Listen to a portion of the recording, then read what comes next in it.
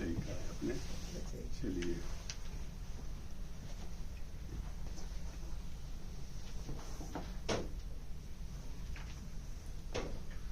गजल के कुछ शेर समाप्त फरमाएं। मेरी खामोशी को इकरार न समझा जाए, मेरी खामोशी को इकरार न समझा जाए, मेरी ख्वाहिश को भी इसरार न समझा जाए, मेरी ख्वाहिश को तो इकरार न समझा जाए, मेरी खामोशी को इकरार न समझा जाए, मेरी ख्वाहिश को भी इसरार न समझा जाए। बात करने का सलीका नहीं आता मुझको, बात करने का सलीका नहीं आता मुझको, मेरे अल्फाज को गुफ्तार न समझा जाए, मेरे अल्फाज को गुफ्तार न समझा जाए। वो गलत था जो कभी मैंने कहा था शायद, वो गलत था जो कभी मैंने कहा था शायद, बात कुछ और थी पिंदार न समझा जाए, बात कुछ और थी पिंदार न समझा जाए। मैं तो अब समझा हूँ सच्चाई का मतलब क्या है, मैं तो अब समझा हूँ सच्चाई का मतलब क्या है, अब मुझे हक का तरफदार न समझा जाए, अब मुझे हक का तरफदार न समझा जाए। आप हकदार हुकूमत हैं नहीं कोई और, आप हकदार हुकूमत हैं नहीं कोई और, जी मुझे मुनकर सरकार न समझा जाए, जी मुझे मुनकर सरकार न समझा जाए। उसने की होगी सताइश तेरा दिल रखने को, उसने की होगी सताइश तेरा दिल रखने को, वो वही खा है उसे दिलदार न समझा जाए, वो वही खा है उसे दिलदार न समझा जाए। उसने की होगी सताइश तेरा दिल रखने को, वो वही खा है एक उसे दिलदार न समझा जाए। वो नजर आया था ख्वाबों में बस एक लम्हे को, वो नजर आया था ख्वाबों में बस एक लम्हे को, एक झलक को कभी दीदार न एक झलक को कभी दीदार न समझा जाए। मैं तो झुक जाता हूँ ताज़ीम में जब चाहूँ मैं तो झुक जाता हूँ ताज़ीम में जब चाहूँ मैं, मुझको गिरविदाए दरबार न समझा जाए, मुझको गिरविदाए दरबार न समझा जाए। सर उठा के जो चलूं तो ये है आदत मेरी, सर उठा के जो चलूं तो ये है आदत मेरी, मैं अना में हूँ गिरफ्तार न समझा जाए, मैं अना में हूँ गिरफ्तार न समझा जाए। लफ्ज़ उल्फत जो तवातर से ज़बां से निकले, लफ्ज़ उल्फत जो तवातर से ज़बां से निकले, मेरी इस बात को तकरार न समझा जाए, मेरी इस बात को तकरार न समझा जाए। मैं हूँ खामोश तो इकरार न समझा जाए, मेरी ख्वाहिश को भी इसरार न समझा जाए। अब समझा कि आप क्यों है न समझा जाए। अस्सलाम वालेकुम। यहाँ पर आकर मैंने देखा कि हसनी साहब जो हैं वो तजर्बे करते रहते हैं मुख्तलिफ किस्म के, और इन्होंने एक तजर्बा शायद पहले भी किया हो लेकिन मेरे में पहली बार आया। मुशायरा जरा सा मुख्तलिफ अंदाज में, मेरा ख्याल है कि शायद वो था रदीफी मुशायरा। तो अगर शायरी रदीफी हो सकती है तो नसर क्यों नहीं हो सकती? कि नसर में रदीफ नहीं होती। आप देखें अभी एक जुमला है मंटो का, उसको मैंने इस्तेमाल किया है।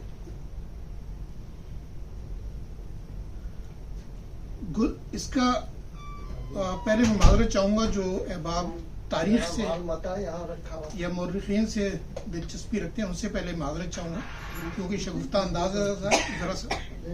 तो इसका उन्वान है कौन बनेगा मुअर्रिख। गुज़िश्ता दिनों एक कदर तवील सफर की जरूरत पेश आई। पहले सोचा हवाई जहाज से सफर किया जाए, लेकिन हवाई सफर के अखराजात सुनकर ही हवाइयां सी हो गई।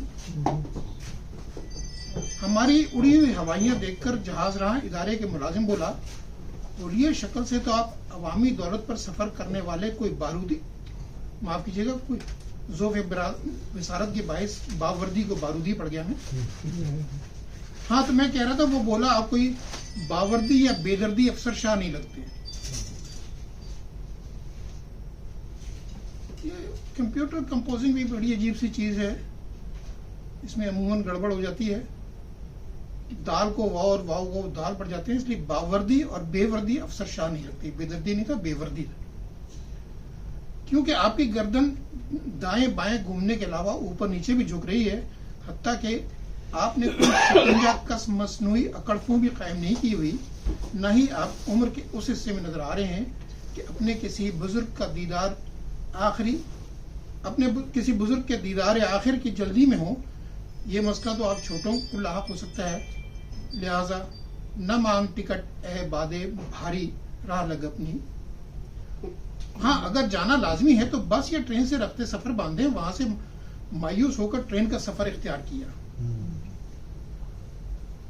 क्योंकि बस के सफर की उछल कूद अपने बस की बात नहीं।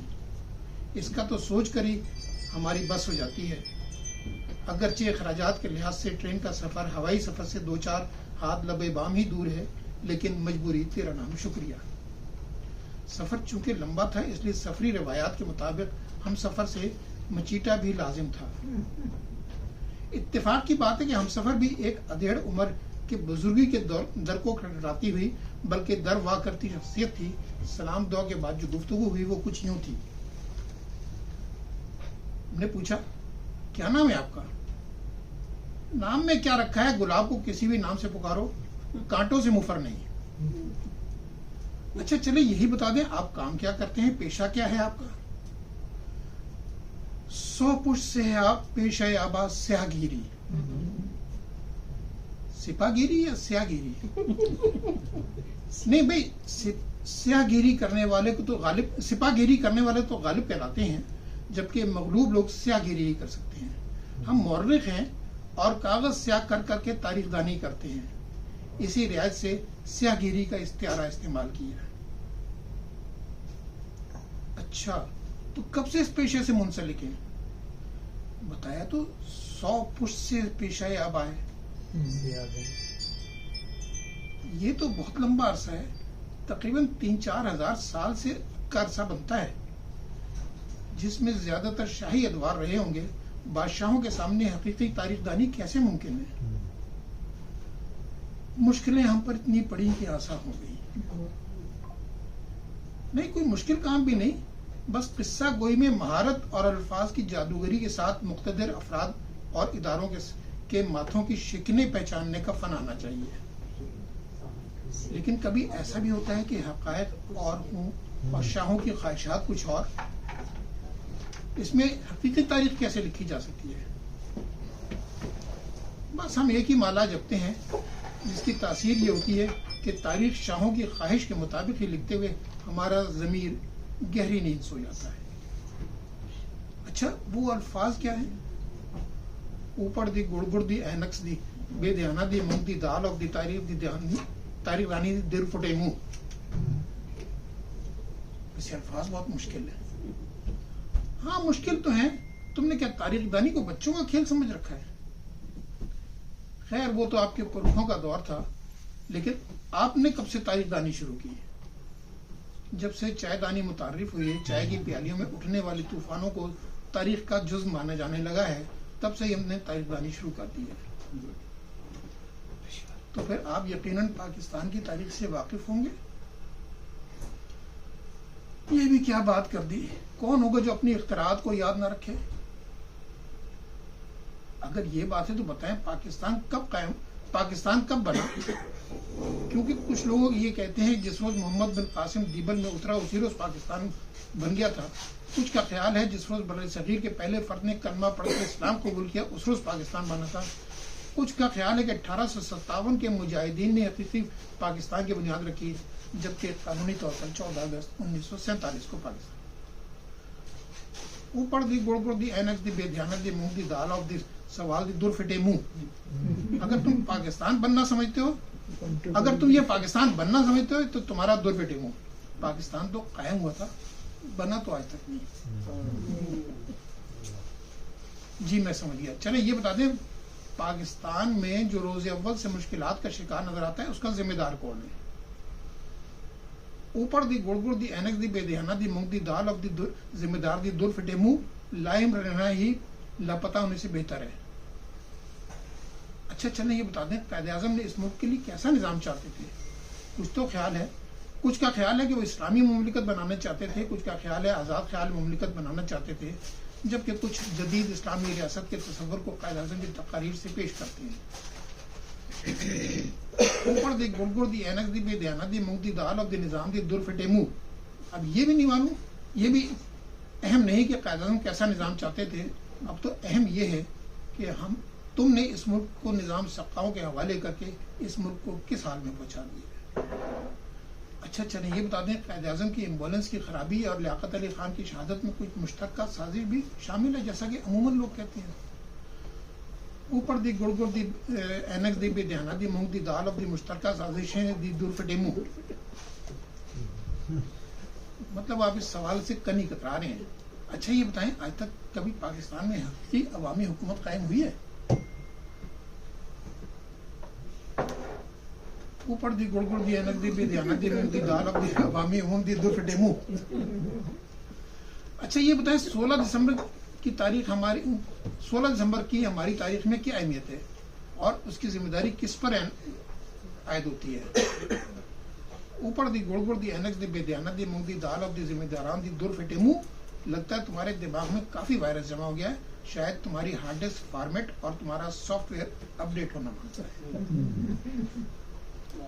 अच्छा चलें ये बताएं कि सानियाई मशरक़ी पाकिस्तान, सानियाई पेशावर, सानियाई एबटाबाद, सानियाई कश्मीर, सानियाई कारगिल, आखिर हम कब तक सानियात से फिरेंगे? हमारे दिन कब फिरेंगे? ऊपर दी गुड़ दी ऐनक दी बेदहाना दी मूंग दी दाल अब दी सानियात की आदत दी दूर फिटे मुंह। बस इतना ही समझ लो, सानियात से उगर हुआ इंसान तो मिट जाता है इंसान। और हाँ, तुम एक खतरनाक हम सफर हो, वो तो उर्दू वाला सफर कर रहे हो, मुझे अंग्रेजी वाला सफर कराने पर तो ले रहे हो। ये कहते हुए वो वहां से उठे और दूसरे डब्बे में चले गए। उनके जाने के बाद हमने सफरी मसरूफियत की खातिर अपने बैग से तोहफे में रखी हुई एक माला निकाली और जपना शुरू कर दिया। ऊपर दी गुड़ दी ऐनक दी बेदहाना दी मूंग दी दाल अब दी तारीख दानी दी दूर फिटे मुंह अब दी टोबा टेक सिंह।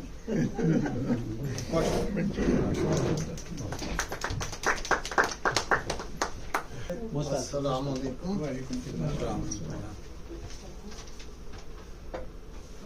आज मैंने एक नया सिलसिला शुरू किया था, तो आप लोगों की राय चाहिए।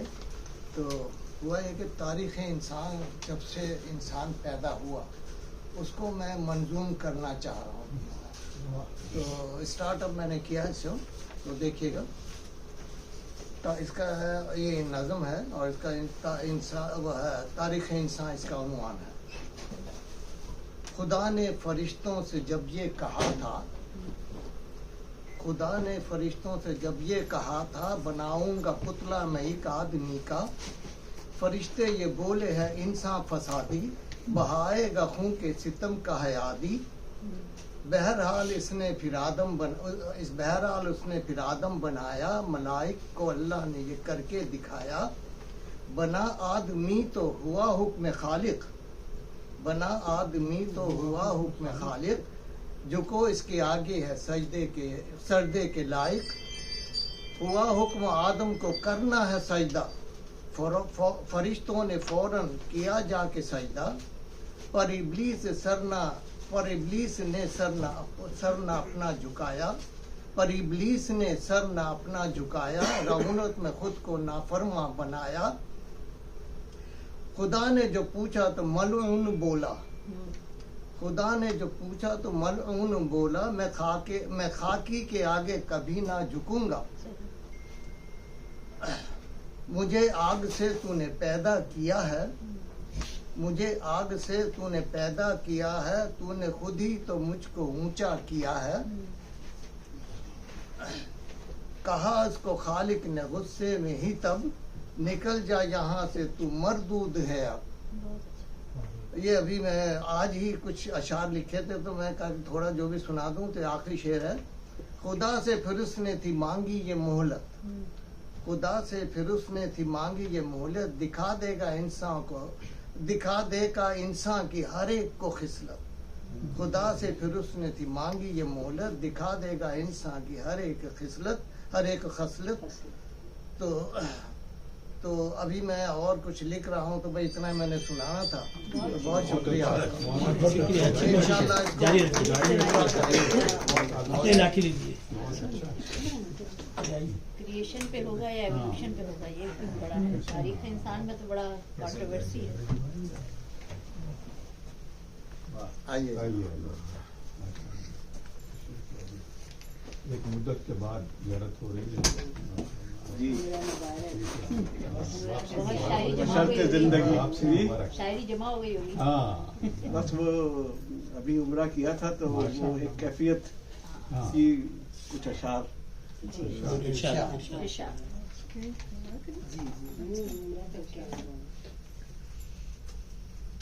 मैं अपनी जगह पे यहाँ जी। इरशाद। रूह शादां है मदीने की तरफ जाते हैं हम, बहुत अच्छा, बहुत अच्छा। रूह शादां है मदीने की तरफ जाते हैं हम, खूबी ये किस्मत पे क्या क्या आज इतराते हैं हम, खूबी ये किस्मत पे क्या क्या आज इतराते हैं हम। शहर काबा देख कर देखेंगे शहर मुस्तफा, शहर काबा देख कर देखेंगे शहर मुस्तफा, दिल में क्या क्या हसरतों अरमान लिए जाते हैं हम, और सर झुका जाता है खुद शर्मो हया से सोच कर, सर झुका जाता है खुद शर्मो हया से सोच कर, देखिए क्यों कर गुलामों में लिए जाते हैं हम, और संगे असवद तेरे बोसे की तमन्ना है मगर, संगे असवद तेरे बोसे की तमन्ना है मगर, याद आती है सियाकारी वाह, तो बहुत अच्छे, बहुत अच्छे सियाकारी का कौन गाया। ये असवद तेरे वो से की तमन्ना है मगर, याद आती है सियाकारी तो शर्माते हैं हम, और नूह के ऐ ना खुदा आकर मदद भी कीजिए, बहरे सियां के तला तुम में बहे जाते हैं हम, नूह के ऐ ना खुदा आकर मदद भी कीजिए, नूह के ऐ ना खुदा आकर मदद भी कीजिए, मेरे सियां के तला तुम में बहे जाते हैं हम, और हम फकीरे बेनवा हैं, साज़ो सामा कुछ नहीं, वाह वाह, हम फकीरे बेनवा हैं, साज़ो सामा कुछ नहीं, तायरे हिम्मत के बाजू पर उड़े जाते हैं हम फकीरे बेनवा हैं, साजो सामा कुछ नहीं, तायरे हिम्मत के बाजू पर उड़े जाते हैं हम, दस्तगीरी कर हमारी रूह सियाही पर न जा, ए मददगारे गरीबा तेरे कहलाते,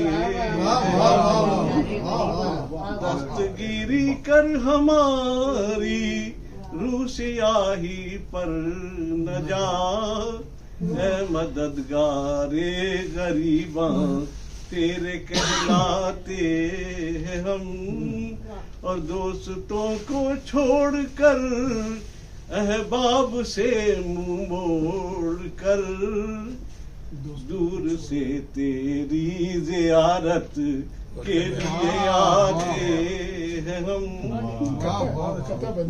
दोस्तों को छोड़कर अहबाब से मुंह मोड़ कर, दूर से तेरी ज़ियारत के लिए आते हैं हम, और वादिये गुर्बत में कोई पूछने वाला नहीं, हमको समझाता है दिल या दिल को समझाते हैं हम, वादिये गुर्बत में कोई पूछने वाला नहीं, हमको समझाता है दिल या दिल को समझाते हैं हम, और आपकी होगी शफात इसलिए है मुतमईन, आपकी होगी शफात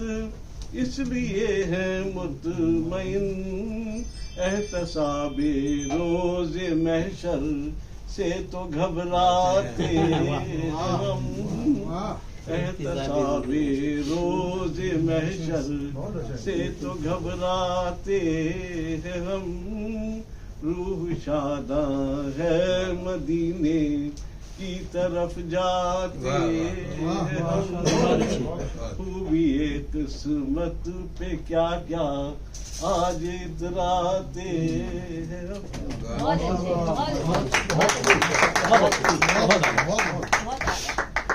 बात करते हैं। अब मैं आज किस मौजूद पे बात करना चाह रहा हूँ। आज से 4 दिन बाद 14 अक्टूबर की तारीख आ रही है। 1970 14 अक्टूबर 1970 75 साल पहले कराची में एक तहलका मच गया था, जिसको पूरे मगरबी पाकिस्तान में उस खबर पे असरात हुए थे। और वो खबर ये थी कि मुस्तफ़ा जैदी 40 साल की उम्र के थे और वो अपने घर में मुर्दा पाए गए थे। और जब उनका घर तोड़ कर दाखिल हुई थी पुलिस, तो उनके मुर्दा जिस्म के साथ उस घर में एक खातून भी थी जो कि बेहोश पड़ी थी, शहनाज गुल साहिबा। उनको अस्पताल ले जाया गया था और वो उनको रिवाइव कर दिया गया था। लगता था कि उन्होंने भी कुछ नशावर चीज ली हुई है। अब लोगों को एकदम हैरत। पहली बात तो ये है कि मुस्तफ़ा जैदी बहुत बड़ा नाम था, जोश मलिया आबादी के शागिर्द थे और ब्यूरोक्रेट भी रिटायर हुए थे, बल्कि डिसमिस हुए थे वो। लेकिन इस वाक़े के जो असरात थे कि सबसे पहले ये हुआ कि शहनाज गुल ये कौन है, ये साहबा कौन है जो कि एक गैर मर्द के घर में मौजूद है। उसके बाद जो सिलसिला शुरू हुआ पाकिस्तान के अंदर बहुत अजीब व गरीब था, क्योंकि नई मुख्तलिफ कहानियां आने लगी कि इन दोनों के दरमियान क्या रिश्ता था, कत्ल है या फिर खुदकुशी है।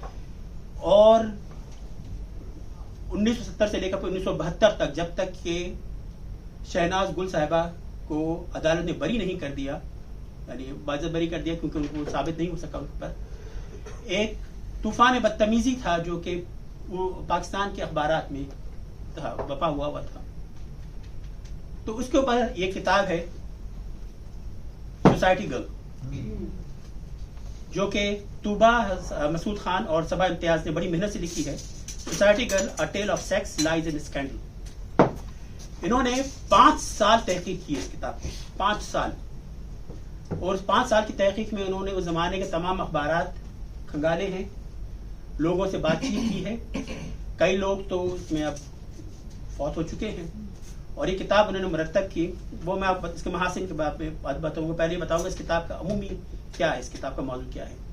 बज़ाहिर ये लगता है कि सोसाइटी गर्ल शायद उनके मुआशरे की कहानी है, सब कुछ है, यकीनन है, लेकिन ये किताब बहुत कुछ है। ये सिर्फ ये एक कत्ल का मौमा हल करने की कोशिश नहीं है या एक मौत का मौमा कहना चाहिए, बल्कि ये एक हमारे एक अहद रफ्ता के ऊपर कुछ झलकियां हमें नजर आती हैं कि 1960-1970 का पाकिस्तान कैसा था और सोच कैसी थी।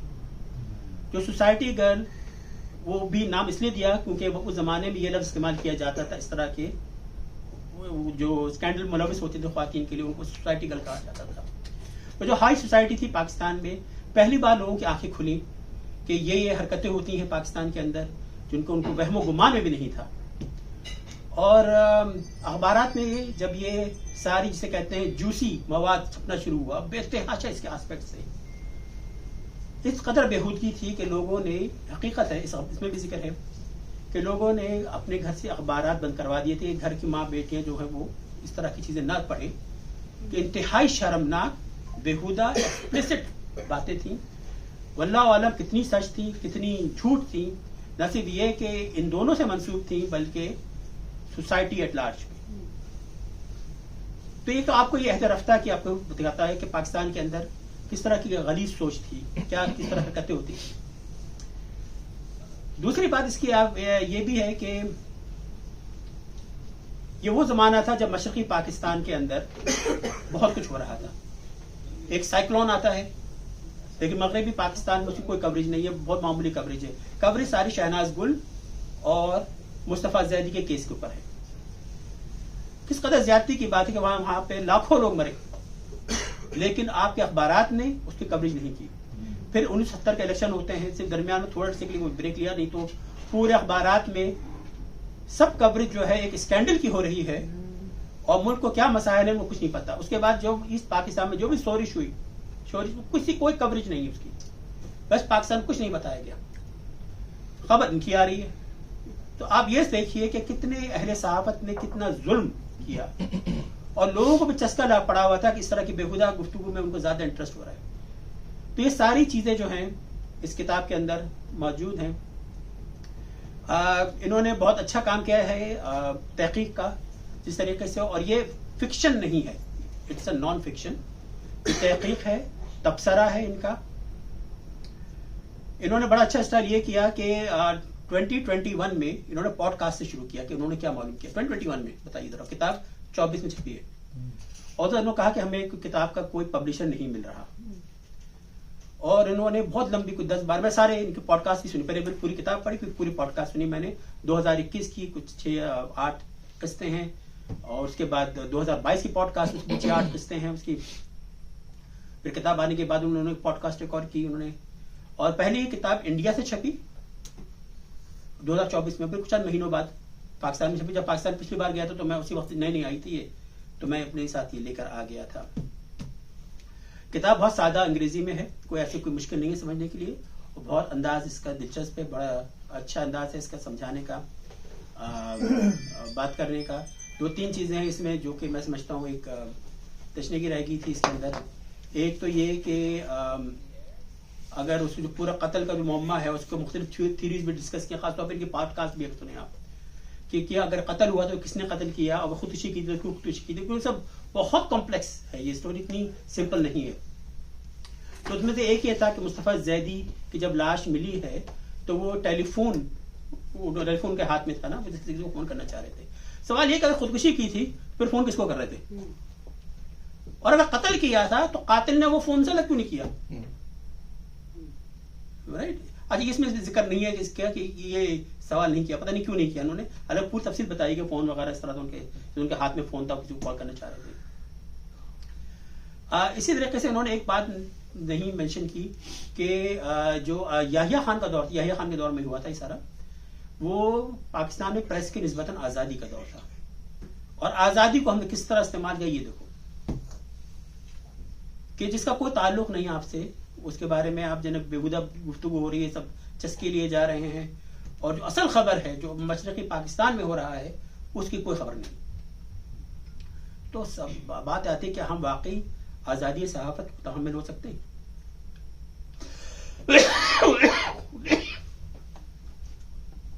बहुत अच्छी किताब है, अगर मौका लगे जरूर पढ़िएगा। इसमें इन्होंने कोई मर्डर मिस्ट्री सॉल्व नहीं की है।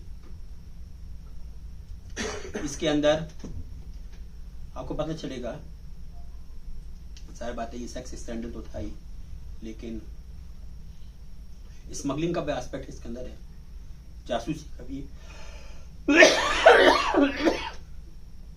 इस कहानी के अंदर भूत परीत का भी जिक्र है। ये नहीं कि असल बात थी, लेकिन उस कहानी से जुड़ी अखबारात में इस कदर वाहियात बातें आती थी कि कुछ भी गढ़ लिया गया, उसकी तरफ इशारा था। इस पे बहुत बहुत आला कोई वेब सीरीज बन सकती है, इसमें ना बहुत आला बन सकती है, क्योंकि इसके इतने एस्पेक्ट हैं, और बल्कि इसके आप सीरीज में मुख्तलिफ कि क्या हुआ क्या था उस रात जब वो लाश मिली है, क्या कुछ हुआ है। अभी तक कुछ नहीं हुआ इस पे, लेकिन मैं समझता हूँ कभी बनी इस पे फिल्म, या कोई फिल्म से ज्यादा बेहतर हमें एक कोई टीवी सीरीज हो सकती है इस पे, बहुत बहुत बहुत अच्छी बन सकती है इसके ऊपर। तो ये बस मेरा इस पे आज के बाद कंक्लूड क्या किया उन्होंने? कंक्लूड उन्होंने कुछ नहीं किया, उन्होंने मुख्तलिफ थीरीज दी हैं। तो वैसे हरफे आम क्या बात थी कि हरफे आम तो लोग हरते का कुछ कह रहे थे, लेकिन अदालत ने बरी किया। अच्छा हाँ, ये भी बता दूं आपको, बड़ा अच्छा इसमें बहुत अच्छे एस्पेक्ट है इसके, बहुत मजा आता है, क्योंकि अदालत को सबूत ये पेश करना था कि शहनाज गुल ने कत्ल नहीं किया, ठीक है ना। अब सारा प्रोसिक्यूशन पे है, पुलिस पर है कि साबित करके कत्ल किया। अब उसने बड़े बयान तब्दील किए, लेकिन आपको पता है बयान जो पुलिस को दिया जाता है वो काबिल वो नहीं एतबार होता, बल्कि जो अदालत में दिया जाता है। उसने अदालत में कहा मैं तो जानती नहीं थी इसको, ये मुझे शादी करना चाह रहा था और इसने खुदकुशी की मुझे कहा कि मैं खुदकुशी करूंगा अगर तुमसे मिलने नहीं आई। तो मैं गई थी मिलने के लिए, इसने मुझे एक शरबत पिलाया, वो पी के मैं बेहोश हो गई। जब आँख खुली तो मैं तो जीना अस्पताल में पड़ी थी, पुलिस मेरे इर्द गिर्द थी, मुझे नहीं पता, हमारा कोई ताल्लुक नहीं था एक दूसरे से, कुछ नहीं था। तो वो पुलिस ने वो पुलिस साबित करने में नाकाम रही। हालांकि बहुत कुछ थे उसके अंदर उसके कुछ फहश तस्वीर थी जो घर से मिली, सब कुछ मिला, बहुत मसाले थे भरे हुए इसके अंदर। ये शहनाज गुल याहिया खान की रिश्तेदार थी, वो पुलिस कर ही नहीं तो सकती। शहनाज तो ये सारी बातें इसके अंदर हैं। तो कोई इसका कोई हतमी तौर पे नहीं कह सकते कि इसमें हुआ क्या था इसमें। ये शहनाज गुल जो है जी, मेरे वालिद साहब भी ना, ये एक फारसीबान फैमिली थी लुधियाने की, जिसके याहिया खान भी हिस्सा थे उनके। इनको गुजरांवाला मैंने खुद भी बचपन में देखा। तो एक घर में आई थी, ये बड़े रिच मैन के पास आई थी। थोड़े अरसे बाद ही मुस्तफा जादी से ताल्लुक बना, फिर ये ज़ाहिर इन्होंने कत्ल किया होगा, मेरा अपना ये ख्याल है। मेरे वालिद इनकी फैमिली को जानते थे, रिश्तेदार उनका।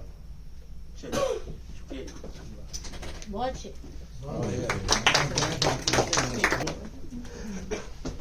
शुक्रिया। सॉरी जी, मुझे जरा पिछले कुछ नशिस्तों से हम फराज सुना रहे थे, तो मैंने कहा जरा फैज की जमीन में जाया जाए, क्योंकि जब हमने जवानी की दहलीज पर दस्तक दी थी तो फैज नुस्खा वफा थी या परवीन की खुशबू थी। तो फैज साहब का तारुफ पहला जो मेरा हुआ था वो कते से था कि रात यूं दिल में तेरी खोई हुई याद आई, जैसे वीराने में चुपके से बाहर आ जाए, जैसे सहराओं में हौले से चले बादे नसीम, जैसे बीमार को बेवजह। तो बेवजह करार तो हम सोचते रहे कैसा करार होता है। तो तभी मेरा फैज़ मेले में भी जाने का इत्तेफाक होता है। मेरा इस बार फरवरी में चौथा कंसेक्यूटिव फैज़ मेला था, तो कुछ ना कुछ वहाँ लोगों से भी सुनने को मिलता है और एक अजीब सी फ़ज़ा रहती है वहाँ लमरा लाहौर में। तो दो नज़में हैं जी आपको फैज़ साहब की। मुझसे पहली सी मोहब्बत मेरे महबूब न मांग, मुझसे पहली सी मोहब्बत मेरे महबूब न मांग, मैंने समझा था कि तू है तो दरख्शां है हयात, तेरा गम है तो गमे दहर का झगड़ा क्या है, तेरी सूरत से है आलम में बहारों को सबात,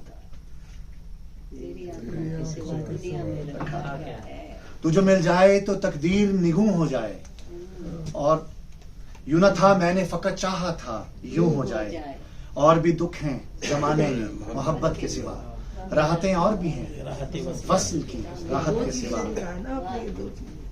अनगिनत सदियों के तारीख बहीमाना तिलिस्म, रेशमो अतलसो कम ख्वाब में बुनवाए हुए, जा बचा बिकते हुए कूचाओ बाजार में जिस्म, खाक में लिथड़े हुए खून में नहलाए हुए। लौट जाती है इधर को भी नजर, क्या कीजिए अब भी दिलकश है तेरा हुस्न, मगर क्या कीजिए और भी दुख हैं जमाने में मोहब्बत के सिवा, राहतें और भी हैं वस्ल की राहत के सिवा। मुझसे पहली सी मोहब्बत मेरे महबूब नमा।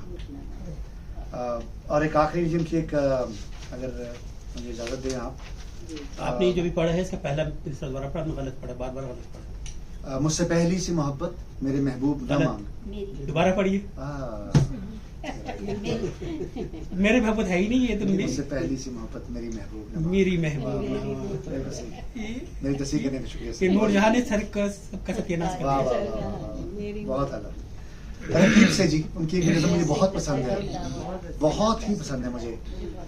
आके वापस, शुक्रिया सर वन सेकेंड। नज़म का अनुमान है जी रकीब से। आके वाबस्ता हैं उस हुस्न की यादें तुझसे, जिसने इस दिल को परी खाना बना रखा था, जिसकी उल्फत में भुला रखी थी दुनिया हमने, दहर को दहर का अफसाना बना रखा था। आशना है तेरे कदमों से वो राहें जिन पर उसकी मदहोश जवानी ने इनायत की है। कारवां गुजरे हैं जिनसे उसी रानाई के, जिसकी इन आंखों ने बेसूद इबादत की है। तुझसे खेली हैं वो महबूब हवाएं जिनमें उसके मलबूस की अफसरदा महक बाकी है। तुझ पे भी बरसा है उस बाम से महताब का नूर, जिसमें बीती हुई रातों की कसक बाकी है। तूने देखी है वो पेशानी, वो रुखसार, वो होंठ, जिंदगी जिनके तसव्वुर में लुटा दी हमने। तुझ पे उठी हैं वो खोई हुई साहिर आंखें, तुझको मालूम है कि उम्र गवा दी हमने। हम पे मुश्तरका है एहसान गमे उल्फत के, इतने एहसान के गिनवाऊं तो गिनवा न सकूं। हमने इस इश्क में क्या खोया है, क्या सीखा है, जुस तेरे और को समझाऊं तो समझा न सकूं। शुक्रिया।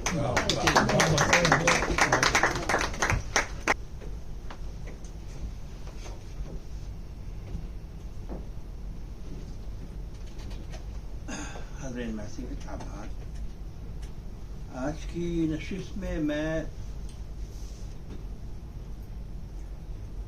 चाहूँगा कि एक दौर हाजिर के एक नहायत काबिल ताज़ीम और शोहरत याफ्ता शायर के कलाम को पेश करूँ, जिन्होंने ग़ज़ल-गोई में एक इख्तिलाफ, एक नासिहाना अंदाज और फ़लसफ़ियाना गुफ्तगू की, आम रविश से हट के तमाम शायराना उसूलों को बरकरार रखते हुए उन्होंने गज़ल को एक नया रुख दिया और बहुत खूबसूरत रुख दिया। निहायत सादा अल्फाज, आम फहम, लेकिन ख्यालात आम किस्म के शायराना गुफ्तगू में उनकी कलाम में नहीं है। मैं आपको नमूना दिखाता हूँ।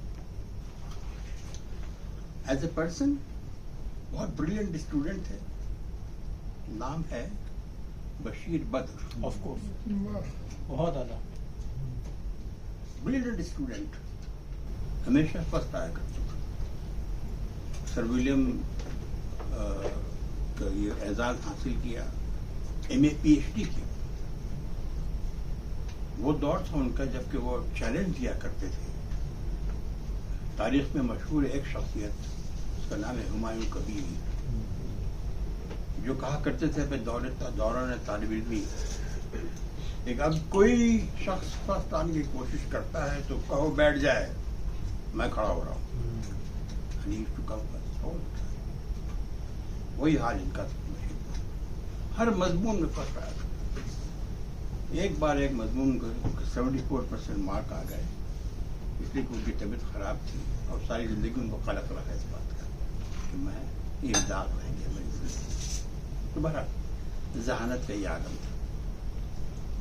हजरात, उन्होंने 10 साल की उम्र में शेर शायरी शुरू की और उनकी पहली गजल जब वो 10 साल के थे, रिसाला निगार नियाज फतेहपुरी बड़े जबरदस्त नक्काद थे अपने वक्त, जो जिगर मुरादाबादी और जोश मलियाबादी और खाते में नहीं लाते थे, उन्होंने गजल को छापा और बहुत दाद महसूस इस शख्स ने।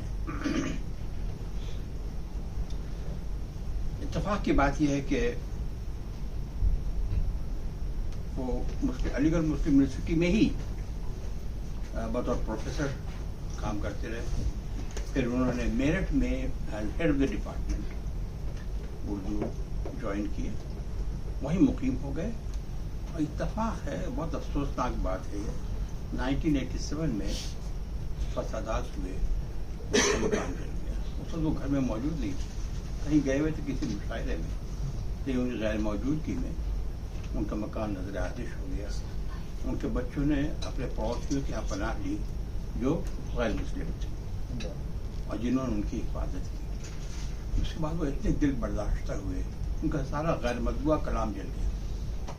और एक शायर की जिंदगी में उसका कलाम जल जाए, इससे बड़ा नुकसान उसको नहीं। मैं गुजर चुका हूँ इस दौर से। मेरे बड़े मौसम रशीद अहमद सिद्दीकी साहब 1964 में उनका कलाम भी जल गया था। उनके फसादात हुए थे कलकत्ते में, उनका तमाम गैर मजबूआ कलाम जल गया था। उसके बाद वो इतने दिल बर्दाश्त हुआ कि उन्होंने शेर शायरी बंद कर, तो वही कुछ हाल इनका भी हुआ। वो कोई 1-2 साल तक वो खामोश रहे, फिर अल्लाह ने उनको तक़वियत दी और उन्होंने फिर शेर शायरी शुरू। उनके बहरे सुखर से निकले कुछ आबदार मोती मैं पेश करना चाहता हूँ। एक गजल सुनाऊंगा उनकी, लेकिन उससे पहले मैं जाता हूँ। जब उनका मकान जला तो उस पर उन्होंने एक मिसरा शेर कहा था, गजल भी मौजूद है उस पर। वो आम किस्म के वो जुमला नहीं है। एक वो भी था कि तारीख में है कि किसी शायर ने कहा था, जले हुए मकान को देखकर, नशेमन फूंकने वाले हमारी जिंदगी ये है, कभी रोए कभी सजदे किए खाके खाके नशेमन। लेकिन इनका अंदाज देखिए आप, मैंने कहा अफ्तारा इनके कहते हैं लोग टूट जाते हैं घर बनाने में, लोग टूट जाते हैं एक घर बनाने में, तुम तरस नहीं खाते बत्तियां जलाने में।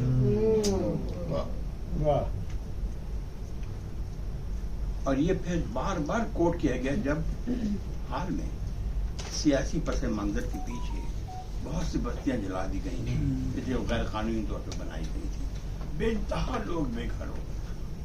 इसको बार बार शेर को कोट किया गया पार्लियामेंट में, सियासी हलकों में। फिर कहते हैं बड़े शौक से मेरा घर जला, कोई आंच न तुम पर आएगी। बड़े शौक से मेरा घर जला, कोई आंच न तुम पर आएगी, ये जुबान किसी ने खरीद ली, कलम किसी का गुलाम। आज के दौर की सहाफत आज जिस दौर से गुजर रही है उसकी नक्काशी है ये। बड़े शौक से मेरा घर जला, कोई आंच न तुम पर आएगी, ये जुबान किसी ने खरीद ली, कलम किसी का।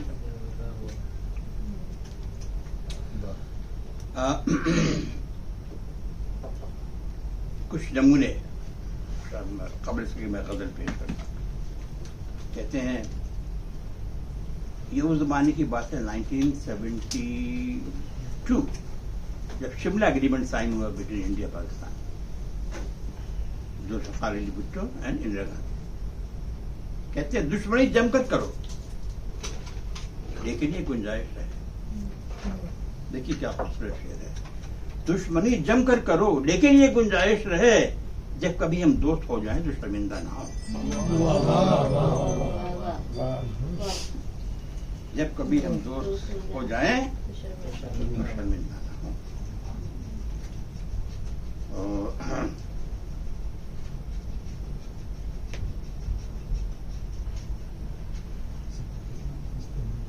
कभी यूं भी आ मेरी आंख में कि मेरी नजर को खबर ना, कभी यूं भी आ मेरी आंख में कि मेरी नजर को खबर न हो, मुझे एक रात नवाज दे मगर उसके बाद सहर न हो। बहुत अच्छा, क्या बात। बहुत अच्छा। कभी यूं भी आ मेरी आंख में एक मेरी कि मेरी नजर को खबर न हो, मुझे एक रात नवाज दे मगर उसके बाद सहर न हो। वो बड़ा रहीम व करीम है, मुझे ये सिफत भी अता करे। उसे भूलने की दुआ करो। वो बड़ा रहीम व करीम है, मुझे ये सिफत भी अदा करे। तुझे भूलने की दुआ करूं तो मेरी दुआ में असर ना हो। वाह, वाह। क्या खूबसूरत। तुझे भूलने की दुआ करूं तो मेरी दुआ में असर ना। महबूब को हमेशा उर्दू शायरी में संग दिल, बेवफा नाम से नवाजा गया। हम कौन से वफा किया, जो नहीं जानते वफा क्या है। या वही तो मरकजी किरदार है कहानी का, उसी पर खत्म है तासीर बेवफाई की। इस किस्म का शार बेवफाई पे आप कहते हैं अरे कुछ तो मजबूरियां रही होंगी, यूं कोई बेवफा नहीं। इस किस्म की शादी करते हैं। मैं आपको गजल पेश करना चाहता हूँ। कहते हैं परखना मत, परखने से कोई अपना नहीं होता। परखना मत, परखने से कोई अपना नहीं होता। किसी भी आईने में देर तक चेहरा नहीं रहता। परखना मत, परखने से कोई अपना नहीं रहता। किसी भी आईने में देर तक चेहरा नहीं रहता। बड़े लोगों से मिलने में हमेशा फासला रखना। बड़े लोगों से मिलने में हमेशा फासला रखना। जहाँ दरिया समंदर से मिले दरिया नहीं रहता। यह है थ्योरी ऑफ इंडिविजुअलिज्म, इंफरादियत। पर्सनली मैं बहुत शादाई हूँ इस इंफरादियत। अपना रास्ता आप निकालें। आप जब मजमे में भी अपनी इंफरादियत को बरकरार रखें। ये शुरू किया इन्होंने जमील मजहरी ने, जब उन्होंने 1951 में गजल लिखी थी, हंसती है जुदाई से उसकी जब वस्ल हुआ तो कुछ भी नहीं। हंसती है जुदाई से उसकी जब वस्ल हुआ तो कुछ भी नहीं। दरिया में रहा तो कचरा था, दरिया में मिला तो कुछ भी नहीं। मौजूद था। दरिया में न था तो कचरा था, दरिया में मिला तो। वहां से इब्तिदा इंफरादियत की हुई। मैं ख्याल मर्जवान शायद मुश्किल से 8-10 साल का होगा, लेकिन मेरे जहन में वो शेर आज तक कुंद जी। हजारों शेर मेरे सो गए कागज की खबरों में। ये उस पर इशारा है जब उनका साथ जल गया था, मजमुआ जल गया था। हजारों शेर मेरे सो गए कागज की खबरों में, अजीब माहूं कोई बच्चा मेरा जिंदा नहीं रहता। अजीब माहूं कोई बच्चा मेरा जिंदा नहीं रहता। अब मोहब्बत एक खुशबू है, हमेशा साथ चलती। मोहब्बत एक खुशबू है, हमेशा साथ चलती है। कोई इंसान तन्हाई में भी तन्हा नहीं रहता। मेरे पास इनके और भी बहुत अशारे कहने के, लेकिन की कमी है और भी असाब हैं जिनको सुनाना। लिहाजा मैं यहाँ खत्म करूँगा। तो ये थे हमारे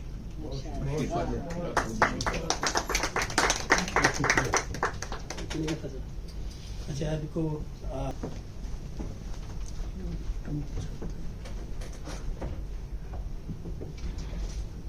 तेज काम गजल आएगी जल्दी जल्दी।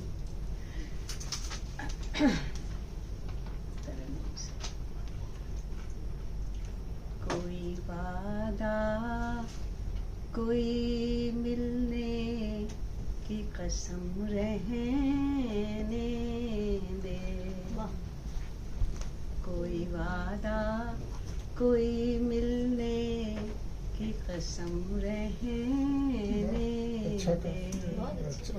मेरे पिंडारे मोहब्बत का भरम रहने दे।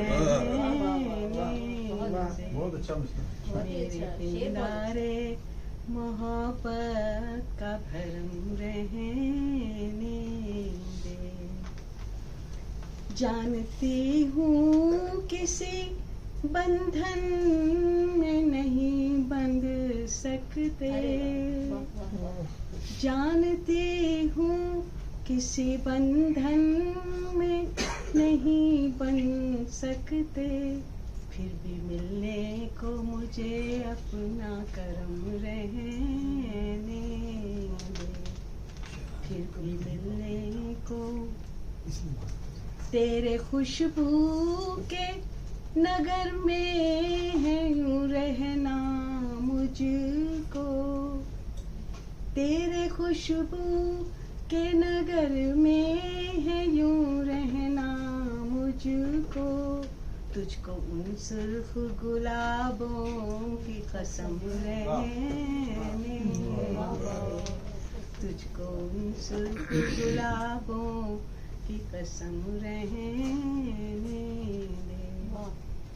शम्मे उल्फत को तो गुल होना है, बवक्ते रुखसत, फिर भी थोड़ी सी ज़या मेरे सनम रहने दे। डूबी जाती हूँ मैं दरियाए मोहब्बत में तो क्या, डूबी जाती हूँ मैं दरियाए मोहब्बत में तो क्या, ना बचा मुझको तुझे मेरी कसम रहने दे, ना बचा मुझको। बुझते जाते हैं सरे बाम यूं उल्फत के चिराग, बुझते जाते हैं सरे बाम यूं उल्फत के चिराग, इतना काफी है मुझे और सितम रहने, इतना काफी है मुझे और सितम रहने। ढूंढ कर लाना सकेंगे उसे तेरे आंसू, ढूंढ कर ला न सकेंगे उसे तेरे आंसू, अपने शेरों में रबाब दर्द कलम रहने, अपने शेरों में रबाब दर्द कलम रहने।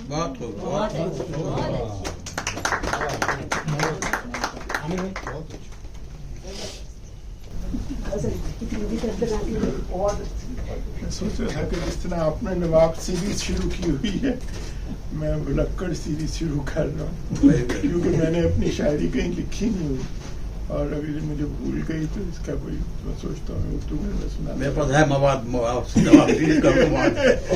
तो यहाँ तो हमारे बल्कि ये जो नज़्म पहले सुनाने लगा ये मुझे काफी भूल गई, पता नहीं कैसे याद आ गई।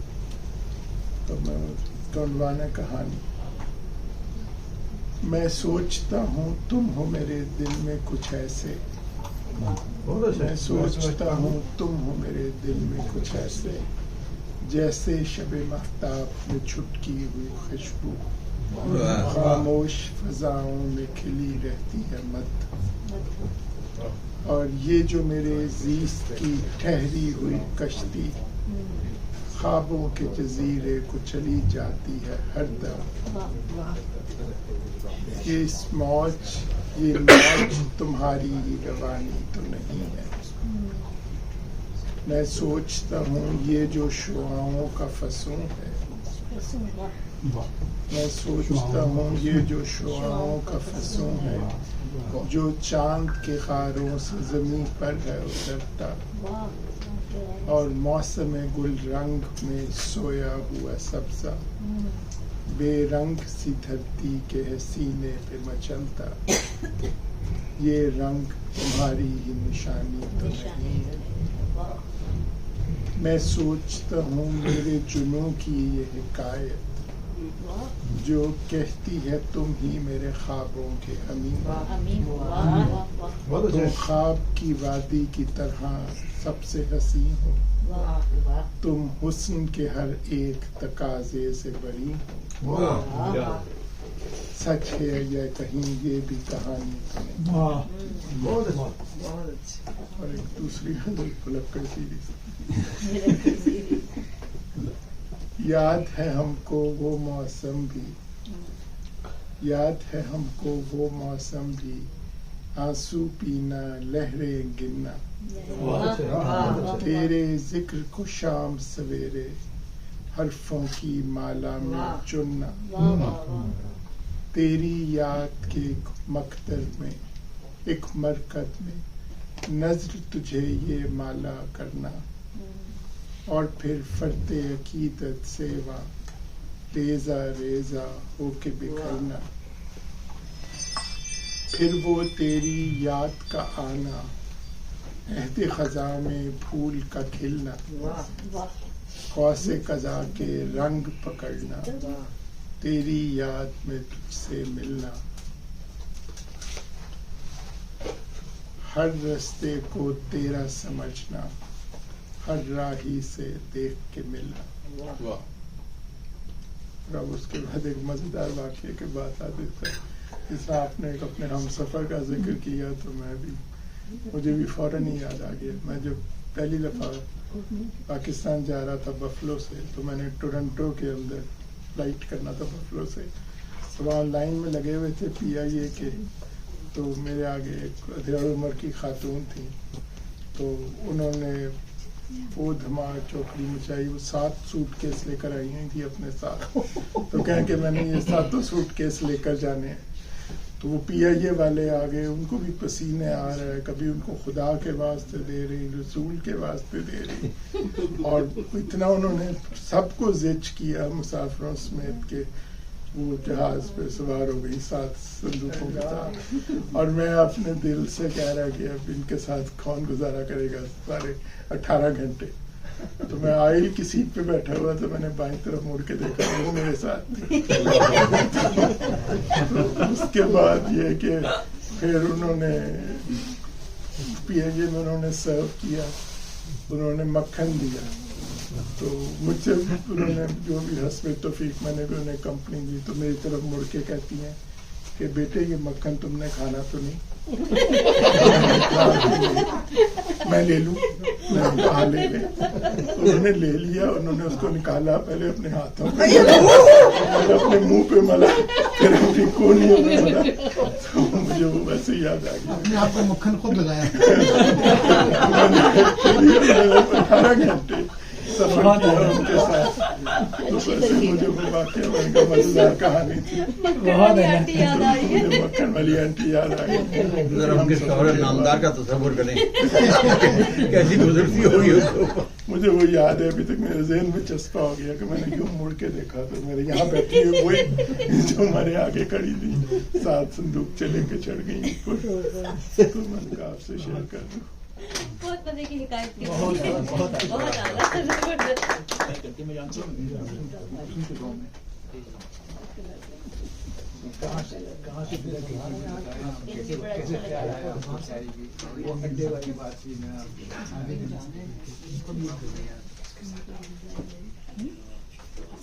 अस्सलाम वालेकुम वरहमतुल्लाह। वालेकुम। आज मैं यहाँ उर्दू घर में खड़ा हूँ, बैठा हूँ। ये सिर्फ मुझे इज्जत नहीं दे रहा है, ये मुझे यादों का एक सिलसिला भी दिला रहा है।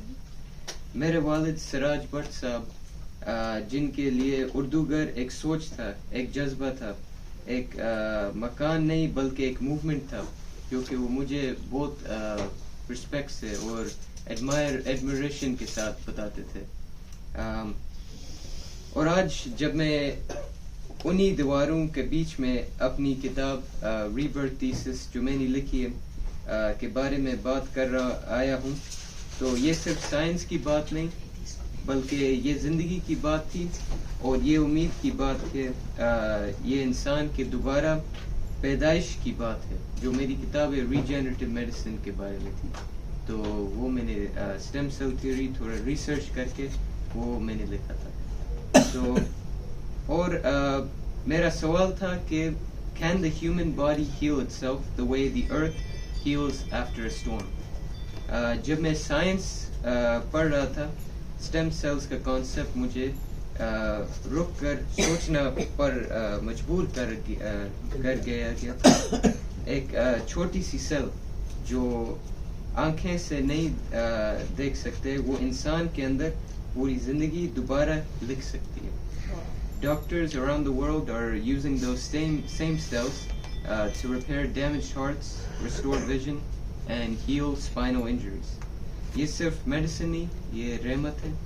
और मैं सोचता हूँ अगर अल्लाह ने जिस्म में रहमत डाल दिया तो सोच में क्यों? तो रीबर्थ थीसिस जो मेरी किताब है, एक साइंटिफिक किताब नहीं, लेकिन उसका दिल रूहानी है। तो मैंने लिखा कि साइंस और ईमान दो अलग नदियाँ नहीं, ये एक ही समंदर है के दो किनारे। बहुत अच्छा। जब साइंस के हाथ में ईमान का नूर आता है तो रिसर्च इबादत बन जाती है। एक शेर अर्ज है आपकी इजाजत के साथ। इल्म के दमान में है नूर हक छुपा हुआ, दामन में है नूर है हक छुपा हुआ। ईमान अगर हो साथ तो इल्म से जिंदगी बन जाए। Today the world talks about artificial intelligence or gene editing, neural links जो किताब में जिक्र किया, लेकिन हम भूल जाते हैं कि सबसे बड़ी टेक्नोलॉजी हमारे अंदर है, जो कि उम्मीद और सोच, और हमारे अंदर जो बंदा या बंदी है वो अंदर से अपने थॉट्स इस दुनिया में लाना चाहती है, चेंज लाना चाहती है। तो मेरी जो किताब रीबर्थ थीसिस सिर्फ रिजेनरेशन सेल्स के बारे में नहीं, बल्कि एक और ही फेथ है उसकी पोटेंशियल में। गुड, माशाल्लाह, बहुत अच्छा। मैं जब अस्पताल गया था एक इंटर्नशिप के लिए, तो एक बुजुर्ग मरीज से मिला था जो नहीं चल सकता था। उसने मुझे पूछा था, बेटा ये मैं दोबारा चल सकता हूँ? उनने पूछा था, काफ़ी बीमार थे। मैंने उस वक्त सिर्फ 15 साल का था, जो 2 साल पहले। तो और मेरे पास साइंस के नंबर्स थे, लेकिन उसके सवाल में उम्मीद का कतरा था, मतलब कतरा नहीं था। उस पल में मुझे समझ आया कि कोई टेक्स्ट बुक को उस तरह का नहीं बताया गया है जिस तरह हमारे अंदर जो फेथ है और जो हर क्योर के अंदर जो ज़रूरत है वो है हमारी पैशन, कंपैशन। इसीलिए मेरी किताब में लिखा था कि medicine without humanity is like a heart without praise, without a pulse। तो जब तक डॉक्टर और मरीज के बीच में दुआ का रिश्ता ना हो तो तब तक साइंस अधूरी रहती है। बिल्कुल सही, बिल्कुल सही। आज डैलस से लेकर टोक्यो तक रिजेनरेटिव मेडिसिन की नई सोच बना रही है। साइंटिस्ट ऑर्गन्स लैब्स में बना रहे हैं और प्रिंटिंग टिश्यूज 3D डिजाइन्स में, और सेल्स जो कि पूरी डिजीजेस मिटा सकती हैं। बिकॉज क्वेश्चन ये नहीं है कि कैन वी रीग्रो हार्ट, ये अब रियलिटी बन गया है। अब असली क्वेश्चन है कि हम इस दिल को जिंदा रख सकते हैं और ये दुनिया भूल सकती है कि हमें महसूस कैसा होता है दिल का। तो मैं डैलस का यूथ को कहता हूँ, हमारी जनरेशन सिर्फ फॉलोअर्स नहीं, लीडर्स बन सकती है, और कम्युनिटीज के अंदर जो डॉक्टर्स, इंजीनियर्स, राइटर्स, लेकिन सबसे ज़रूरी चीज़ें हैं विजन, जो कि हम सब के अंदर है। और अगर 17 साल का बच्चा जैसे मैं लिख सकता हूँ कि इंसान के जिस्म दोबारा पैदा हो सकता है, तो हमारी कम्युनिटी दोबारा सोच क्यों नहीं पढ़ती है कि सोच क्यों नहीं पढ़ते कर सकता है थोड़ी। मगर ये किताब मेरे के बारे में नहीं, हम सब के बारे में। तो ये है जो बेटों और बेटियां हैं, जो इमिग्रेंट्स हैं डैलस से, वही हमारे लीडरशिप में आ सकते हैं। They can lead the world in science, leadership and literature. अगर हम अपनी ज़बान, अपनी पहचान और अपनी सोच को जिंदा रखें। उर्दू घर जी बहुत अच्छे। और आखिर में सिर्फ ये कहना चाहता हूँ, जिंदगी का मकसद सिर्फ जीना नहीं, जाग को जीना का सबक देना है। रीबर्थ थीसिस मेरी कोशिश है कि ये मैं वो सबक लिख सकूं जो साइंस और ईमान मिलकर पढ़ाते हैं। May Allah make us among those who heal not just with their hands but with their hearts. Jazakallah khairan, Urdu Ghar.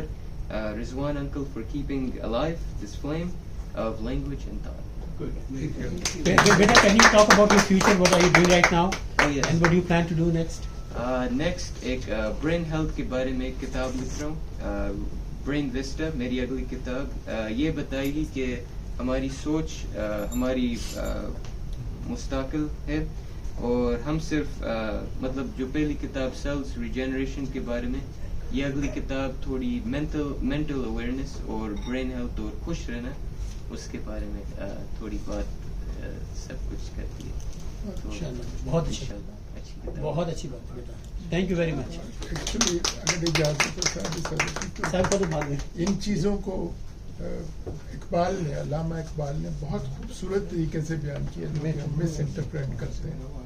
तो बड़े मशहूर नज़्म जो कभी मैं सुझाऊंगा, खुदी का सिर नहा ला इलाहा इल्लल्लाह। ये कोई मजहबी मसला नहीं है, it talks about this concept, खुदी का सिर नहा ला इल्लल्लाह। तेरा बेटा बहुत अच्छा। Thank you very much for coming, and we would love to see you again, inshallah. Good, well said.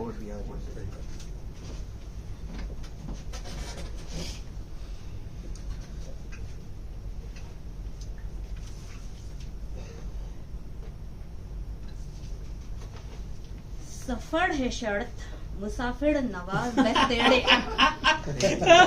ये लाहौरी है। हजार हाश जड़े सायादार राह में। वाह वाह वाह वाह वाह, ये लाहौरी का जल है। बल्कि शेर को सुन के 1980 की दहाई में पीटीवी से नशर होने वाला एक ड्रामा ख्वाजा इंसान शायद आपको याद आ गया।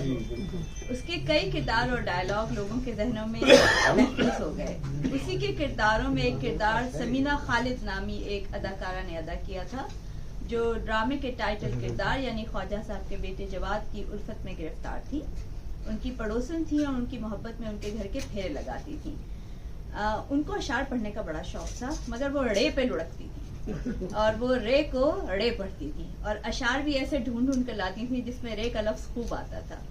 तो इस ड्रामे से इतना तो हुआ कि रे के हर्फ की किस्मत जागी, वरना ये उर्दू लुगत के मुताबिक एक बड़ा अनोखा सा लफ्ज है जिसके साथ कुछ थोड़ा सौतेला सलूक होता है।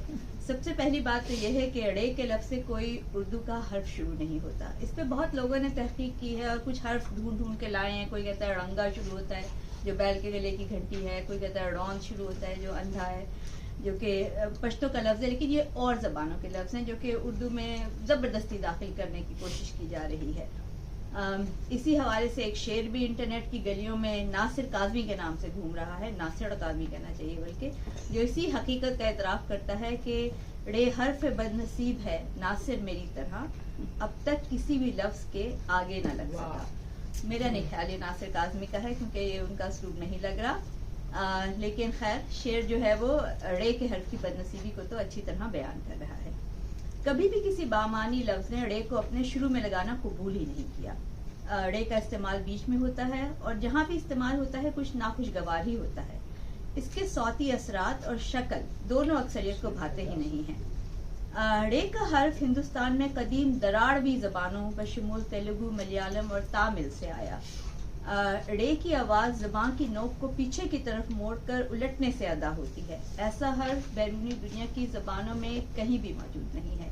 ना ये सिन्नी हर्फ है यानी दांतों की पुष्ट से अदा होने वाला जैसे ते, ना हनकी हर्फ है यानी तालू से निकलने वाला जैसे काफ या लाम, ना शफवी हर्फ है जैसे कि जो कि होठों से निकलते हैं जैसे बा मीम, ना हल्की है जैसे ऐन और गैन।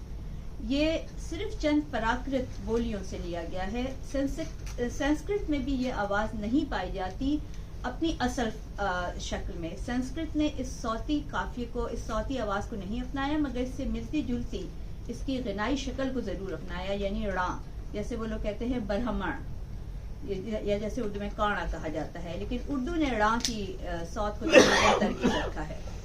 चूंकि यह अरबी, फारसी, अंग्रेजी, फ्रांसीसी में नहीं है, तो इसका जिन ज़बानों का हमारी जहनों पर बड़ा रोब है, इसलिए बहुत से लोग इसे सकील और शुस्तगी के मनाफी ख्याल करते हैं। रे से उनका कहना है कि रे से अल्फाज में सकालत, गरानी, रुकावट और नागवारी का किनाया मिलता है।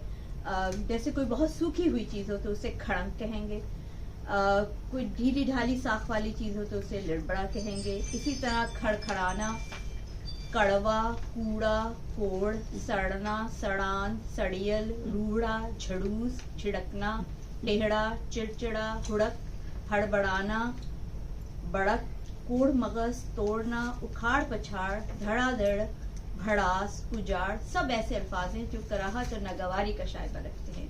लेकिन शोरा इन अल्फाज को भी खूब इस्तेमाल करते हैं। मसलन फैजी ने कहा है, जब बिजली कड़कड़ कड़केगी और धरती धड़ धड़ धड़केगी, ये हम देखेंगे इसे उनका लिया गया है। या फिर जिगर का शेर है कि साकी की चश्मे मस्त पे बल खा के पी गया, तौबा को तोड़ ताड़ के थर्रा के पी गया। ऐसे अल्फाज जो अपनी सौत से मफहूम का किनाया अदा करें, अंग्रेजी में उन्हें ऑनोमोटोपोइक कहते हैं। ऑनोमोटोपिक यानी अल्फाज से बनाए हुए, आवाज से बनाए हुए हर्फ। रे एक ऐसा ही हर्फ है, और जिन अल्फाज में रे आता है वो अक्सर वो कुछ ऐसे अल्फाज होते हैं कि उन अल्फाज से उन आवाज़ों का पता चल रहा होता है जिनके जो उन अल्फाज का मफहूम होता है। मसलन धड़कना, धड़कन, धड़, भड़कना, खड़कना, खड़खड़, खड़खड़ाहट, फरफराहट, झिड़कना, झड़ना, झनक, झाड़, सिड़कना, सुड़ करना, गड़ाप जो कि डूबने की आवाज़ है, कड़कड़ाना और कुड़कुड़ाना, धारना, चिंघाड़ना, अड़ाड़ा, धमधम, तड़कना, ताबड़तोड़ वगैरह वगैरह। रे बतौर लहका भी आता है, जैसे कुल्लड़ में अलामत तस्कीर है जो कि कुलिया का मुज़क्कर है, बछड़ा में भी अलामत तस्कीर है जो कि बछिया का मुज़क्कर है। कभी तहकीर के लिए भी आता है, जैसे फूंस से आपने फूंसड़ा बना लिया, गोमड़ से गोमड़ा बना लिया। कभी तानीस के लिए भी आता है, जैसे दमड़ी, घड़ी, गठड़ी, चमड़ी। कभी तखफीफ के लिए भी आता है, जैसे आँख से अंखड़ी। तो आइंदा जब भी कभी आप ये रे का हर्फ सुने और आपको हजार हा शजरे सायादार राह में याद आ जाए, तो इस लफ्ज़ से नागवारी, इस हर्फ से नागवारी का नागवारी ना महसूस कीजिएगा, क्योंकि ये एक बड़ा अनोखा हर्फ है जो बहुत कम ज़बानों में मिलता है। शुक्रिया, बहुत अच्छी, शानुल हक की मजमून से इस्तेफादा किया। बहुत बहुत शुक्रिया। बहुत अच्छा लगता है।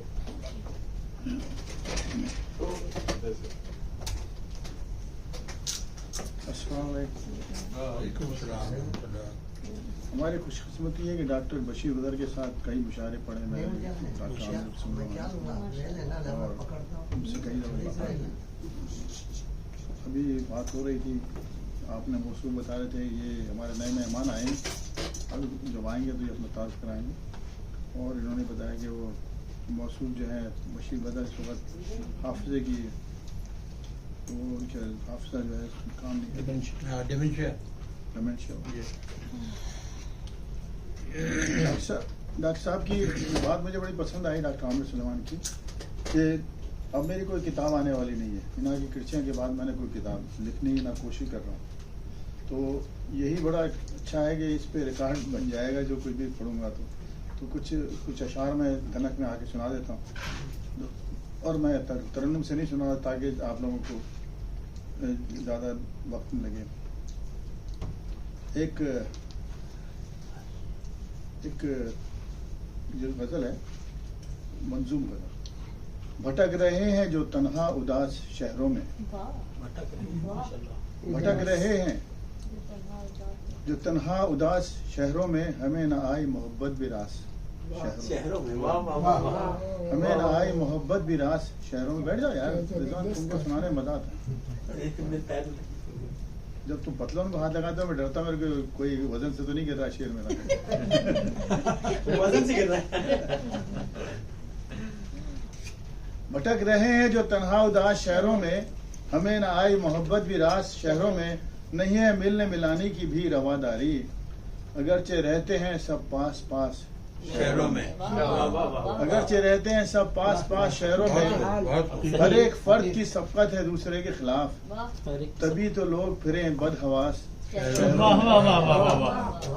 हर एक फर्द की सबकत है दूसरे के खिलाफ, बहुत अच्छी, तभी तो लोग फिरे बदहवास शहरों में, वो पुरसुकून से देहात वाले क्या जाने, वो पुरसुकून से देहात वाले क्या जाने, नहीं सुकून करीने कयास शहरों में, नहीं सुकून करीने कयास शहरों में, देहात वाले क्या जाने। तलबे मैं से है कारी खुमारे हिर्स व हवस, तलबे मैं से है कारी खुमारे हिर्स व हवस, तभी तो लगते हैं सब देवदास शहरों में। क्या लेकर आए आप, क्या काफिया लेकर आए? देवदास शहरों। तभी तलबे मैं से है कारी खुमारे हिर्स व हवस, तभी तो लगते हैं सब देवदास शहरों में। मुकाम हश्र से हालात नफ्स नफसी लगे, मुकाम हश्र से जैसे वो मुकाम हश्र से हालात नफ्स नफसी लगे, किसी से कोई नहीं रूशनास, किसी से कोई नहीं रोशनास शहरों में, हर एक फिरता है लेकर अनाने खुद गर्जी, हर एक फिरता है लेकर अनाने खुद गर्जी, खुलूस मंद का होता है नास शहरों में, खुलूस मंद का होता है नास शहरों में, अगर है करियाए महफूज या दियार सुकून, अभी काफिया देखें, अगर है करियाए महफूज या दियार सुकून, वो होगा एक कहीं 150 शहरों में। बहुत अच्छा, बहुत करिए महफूज या दियार सुकून, वो होगा एक कहीं 150 शहरों में। बहुत अच्छा, बाकी बहुत अच्छे लेकर आए। और एक इसी तरह की एक छोटी सी, बदला वफा का मांगना अच्छा नहीं रहा, बदला वफा का मांगना अच्छा नहीं रहा, मौजू ये उछालना अच्छा नहीं रहा, जी भर गया, अब इसमें अल्फाज की है, जी भर गया, जी भर गया है मेरा मोहब्बत से, इसलिए जी भर के उसको चाहना अच्छा नहीं रहा। वाह, क्या बात। जी भर गया है मेरा मोहब्बत से, इसलिए जी भर के उसको चाहना अच्छा नहीं रहा, हम दिल जदों के दर्द का मरहम नहीं कहीं, इस दिल में गम को पालना अच्छा नहीं रहा। मसूद के तराफ में, मसूद के तवाफ में अब एक हुजूम है, मसूद के तवाफ में अब एक हुजूम है, सूली पे उसको टांगना अच्छा नहीं रहा। मसूद के तवाफ में अब एक हुजूम है, सूली पे उसको टांगना अच्छा नहीं रहा। वही थोड़ी सी लाइट हो गई, आखिर में जाते मुंह का मजा बताओ। ऐसी की तैसी हो ऐसे काम की, ऐसी की तैसी हो ऐसे काम की, ऐसी की तैसी हो ऐसे काम की, चाय जिसमें मिल ना पाए शाम की। ऐसी की तैसी हो ऐसे काम की, चाय जिसमें मिल ना पाए शाम की, जब जरूरत है हमें आराम की, जब जरूरत है हम आराम की, तब उन्हें पड़ने लगी है काम की। जब जरूरत है हम आराम की, तब उन्हें पड़ने लगी है काम की, ये बिगड़ने वाले सुधरेंगे कभी, ये बिगड़ने वाले सुधरेंगे कभी, छोड़ दें ये धुन ख्याल खाम की, छोड़ दें ये धुन ख्याल खाम की, अदल और कानून जाए भाड़ में, अदल और कानून जाए भाड़ में, आप पाबंदी करें काम की। अदल और कानून जाए, जो हो रहा है पाकिस्तान में, अदल और कानून जाए भाड़ में, आप पाबंदी करें अहकाम की, है मुफाद अपना यहाँ सबको अजीज, है मुफाद अपना यहाँ सबको अजीज, फिक्र किसको है भला इस्लाम की। हर कोई मेरी गजल सुनकर कहे, है गजल ये शायर गुमनाम की। बहुत बहुत शुक्रिया। पता नहीं बताते, घर बुलाते रहते हैं, एक दफा अजीब लोग हैं, उल्लू बनाते रहते हैं। क्या कहना, अजीब लोग हैं। ये वैसा हो चुका है वैसे, पाकिस्तान में गया, कभी घर आई है हमारे, बताते अजीब लोग हैं, उल्लू बनाते रहते हैं, पता बताते नहीं, घर बुलाते रहते हैं। बहुत आला, बहुत आला। बहुत बहुत शुक्रिया। चलिए आइए जनाब, अपना तारुफ करा। जी जरूर। अस्सलाम वालेकुम। आप तमाम हजरात की इस अफजाई का बहुत शुक्रिया और ख़ास तौर पे मसूद भाई का। मैं इस ग्रुप को कैच करने में काफ़ी दिनों से मशगूल था, लेकिन फाइनली किसी से रब्ता नहीं हो पा रहा था। रिजवान भाई शायद हमें जानते हो क्लासिक मीट के हवाले से, मर्फी और रैनर पर जो है हमारी वाइफ उसको चलाया करती थी, आप तशरीफ लाते थे वहां पर। अच्छा जी जी। तो बहरहाल अल्हम्दुलिल्लाह कल रब्ता हुआ और कल ही अचानक ही हमारा प्रोग्राम बना और हम यहाँ आ गए। मेरा नाम डॉक्टर मोहम्मद अब्दुल वहाब है, मैं ओवरसीज ट्रेन्ड नेफ्रोलॉजिस्ट हूँ, specialises in dealing with dialysis, transplant, chronic kidney diseases. और शेर व शायरी और इन तमाम चीज़ों से हमेशा से लगाव रहा, और उसकी सबसे बड़ी वजह ये कि दिलावर फिगार मेरे सगे खालू थे, मैशर बदायूनी मेरी वालदा के सगे मामू थे, और इकबाल सफीपुरी मेरे सगे फुफा थे। तो मेरे वालिदैन का निकाह जो हुआ है वो ये आपस में कोई रिश्तेदारी नहीं है। दिलावर फिगार मैशर बदायूनी ननिहाल से और इकबाल सफीपुरी ददिहाल से। तो ये तमाम दोस्त थे जो मुशायरे में मिलते थे, और इनसे जनाब हमारे वालिदैन की शादी हो गई। जी हाँ। तो मेरे पास काफी मवाद मौजूद है जो मैं इंशाअल्लाह अब तो मुस्तकिल तौर पे आऊंगा तो पेश करूंगा। लेकिन दिलावर फिगार और मैशर बदायूनी इन पर्टिकुलर, क्योंकि इकबाल सफीपुरी साहब तो माशाल्लाह सरकारी नौकर थे और माली तौर पर मजबूत थे, लेकिन इन दोनों की जिंदगी जिस तरह से गुजरी है तो मैं आप लोगों को तफसील से समझाऊंगा, क्योंकि मेरा बचपन पूरा दिलावर फिगार के घर में गुजरा है। उनकी एक साहबजादी थी निगार, जिनका अभी 2-3 साल पहले इंतकाल हो गया।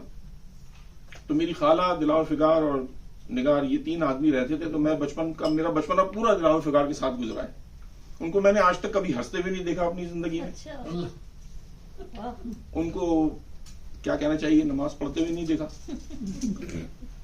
और पटाखा छोड़ते देखा जी, पटाखा छोड़ते देखा। वो तो मैं आ रहा हूँ उसके ऊपर अभी। वो वहां पर बड़े बड़े लोग घरों के ऊपर आते थे। दरवाजे पे दस्तक हुई, ये मैं बात कर रहा हूँ आई थिंक mid-70s की, मैं भी छोटा था बहुत। दरवाजा खोला तो देखा माजिद जहांगीर और इस्माइल तारा खड़े हुए। अब उस जमाने में किसी टीवी एक्टर को खाली देख लेना एक एजाज की बात समझी जाती थी, ना कि एक शख्स खुद आपके घर आया है। लेकिन फिगार साहब की जो पर्सनैलिटी थी, मैंने आके उनको बताया भाई वो 2 आए हैं कुछ 50-50 के खाके लेने के लिए, उनका कह दो उनसे कि मैं घर पे नहीं हूँ। इसी तरह से कितनी मरतबा ज़ियाउल हक ने इनवाइट किया। पाकिस्तान से टू बी ऑनेस्ट बहुत ज्यादा खुश नहीं थे, और अकेले में जब आखिरी वक्त में आने से पहले मैं उनके पास गया था तो बस वो बैठ के अपने अंदर की जो एक सॉर्ट ऑफ फ्रस्ट्रेशन थी वो उसको मुसलसल कहते रहते थे। तो बड़ा अच्छा वक्त उनके साथ गुजरा, और फिर उनकी मौत ऐसी यानी सानेहे के साथ हुई कि बिल्कुल अच्छे खासे हट्टे कट्टे बिल्कुल घर से उठे। हाँ, मैं एक जो सबसे अहम बात बताना चाह रहा हूँ कि दिलावर फिगार का पूरा घर, शायद ये जितनी एरिया है ना, ये टोटल घर था उनका। Can you imagine? और इसके अंदर ही बाथरूम है, गुसलखाना है, किचन है, एक थोड़ा सा फ्रंट यार्ड वो है दालान जिसको कहते हैं, सेंट्रल सैन, और 2 कमरे हैं। और वो कमरे ऐसे हैं कि उनमें कोई प्राइवेसी नहीं है, वो बंद नहीं हो सकते। और बीच में आप रहते थे अकेले, बीवी से जरा बातचीत कम थी, और बेटी और खाला हमारी जो थी वो इस कमरे में होती थी शुरू वाले में। जब उनका इंतकाल हुआ है तो मोइनुद्दीन हैदर साहब जो कि उस वक्त के गवर्नर थे सूबे सिंध के, वो घर में आके बाकायदा आंसुओं से, उनकी आंखों में आंसू थे कि मतलब इतना बड़ा आदमी इस घर में रहता था, वो भी किराए का मकान। तो उसी वक्त उन्होंने उनको एक घर दिया गुलिस्तान जौहर में। और फिर वो क्योंकि पापोश नगर में नाजमाबाद नंबर 5 के अंदर जो बोर्ड ऑफिस को कब्रिस्तान से रोड मिलाती है, अगर आप लोग वाकिफ हैं उस इलाके से, वहां उनका घर था। तो वहीं पर ही मेरी खाला ने एक दूसरा मकान खरीद कर उसमें सुकूनत इख्तियार की। और अक्सर वो बेशतर ये कहा करते थे कि मैं जब तक जिंदा हूं तुम लोगों का भला नहीं होगा। हाँ, और ये बात उनके एक शेर से भी साबित होती है कि शायर, नकीद, नक्काद, अदीब व शायर बोते हैं जो शजर, ये फल कहां अपने शजर के देखते हैं। सुना है मरने के बाद इनकी कदर होती है, तो चंद दिन के लिए हम भी मर के देखते हैं। तो ये हकीकत भी है वाकई। उनका बदायूं से ताल्लुक था? जी जी बदायूं, मेरी वालदा बदायूं से हैं। जी हमारे भी एक अजीज नियाज बदायूनी, शकील बदायूनी मतलब की फैमिली है वो पूरा। हमारा खानदानी ताल्लुक तो नहीं है, लेकिन बहरहाल उनका बदायूं से ताल्लुक था। उन्होंने कहा था कि तुम ये मसाइया कहा करो। जी जी। और नियाज बदायूनी जो थे वो भी हमारे रिश्तेदार हैं, भी हमारे इंतकाल हो अच्छे गया। मिलने वाले। अच्छा अच्छा। और अपोजिट रहते थे भाई कई साल हम जी लोग जी साथ रहे। जी जी 180 डी था ना, डी टाइप जो। जी जी। तो वही जो पटाखे वाली बात, 180 डी तारिक रोड पर था वो। नहीं पाकिस्तान मुस्लिम लीग क्वार्टर्स। अच्छा वहाँ पटाखे की जो आपने बात की, तो वो अगरचे पूरा मुसलमान तो नहीं, लेकिन मैं अपने दीन से रिश्ता तो जोड़ सकता हूँ। नमाज, रोजा और हज और ज़कात कुछ न सही, शब बारात पटाखा तो छोड़ सकता हूँ। और इनकी मज़ाहिया शायरी में आपको इस कदर सबक। इनका दीवान है कोई? जी जी बिल्कुल है। मेरे पास नहीं है, मेरे पास है घर में। अच्छा। तो जैसे कि एक छोटी सी गजल उन्होंने कही कि दीन आधा रह गया, वाह, ईमान आधा रह गया, क्या पाकिस्तान आधा, फिर ताज्जुब क्या जो पाकिस्तान आधा रह गया। नाप कर देखा तो कद में कुछ दराजी आ गई, यानी एजुकेशन, और तोल कर देखा तो हर इंसान आधा रह गया। क्या कहने साहब। और वो समझता था कि ये भी अशरफुल मखलूक हैं, आदमी को देखकर शैतान आधा रह गया। और ये आजकल के हमारे सियासी हुक्मरान जो काबिज है मुल्क पर, उनके लिए शायद गालिबन ये कहा है कि चोर साहब ये भी सामान ये भी लेते जाइए जो सामान आधा रह गया। और हजरत हाली से हुई गालिब की तुगनी मंजिलत, हाँ मगर मरहूम का दीवान आधा रह गया।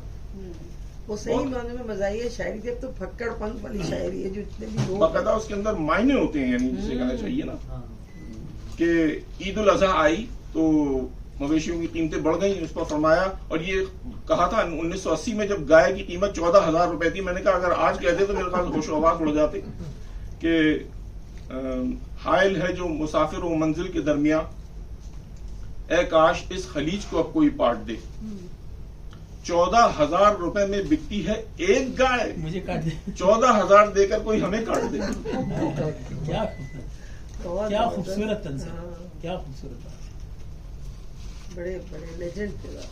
और ये मैशर बदायूनी एक दुख से भरी हुई जिंदगी, और मैंने आज तक इन दोनों को, मैशर बदायूनी और दिलावर फिगार को, इतनी तकलीफ में रहने के बावजूद कभी शिकवा करते हुए नहीं देखा। कनात थी ना बहुत जी। फिर इंशाअल्लाह ये होगा कि मैं मुस्तकिल आता रहूंगा, तो मेरे पास जो मवाद मौजूद है वो आप लोगों के साथ शेयर करूंगा। लेकिन आपकी ग्रामी दोबारा बता दीजिए। मोहम्मद अब्दुल वहाब, डॉक्टर मोहम्मद अब्दुल वहाब। बल्कि आपकी खाला तो बड़े गोटे वाले कपड़े पहन के आया करती थी, जब उनके घर आया करती थी तो मैं उन्हें देख के हम खुश होते रहते जी जी जी जी, बहुत शौकीन थी, बनी रहती थी, बहुत अच्छी। गोटा लचका हो या ना हो, हमारे यहाँ पान जो है ना वो बहुत जरूरी है। यूपी के लोगों में पान अगर ना हो तो रिश्ता नहीं होता है, वो तहजीब में शामिल है। जी जी। अच्छा, पूरा पानदान जहेज में जो मिलता है उसमें हर चीज फुल होती है।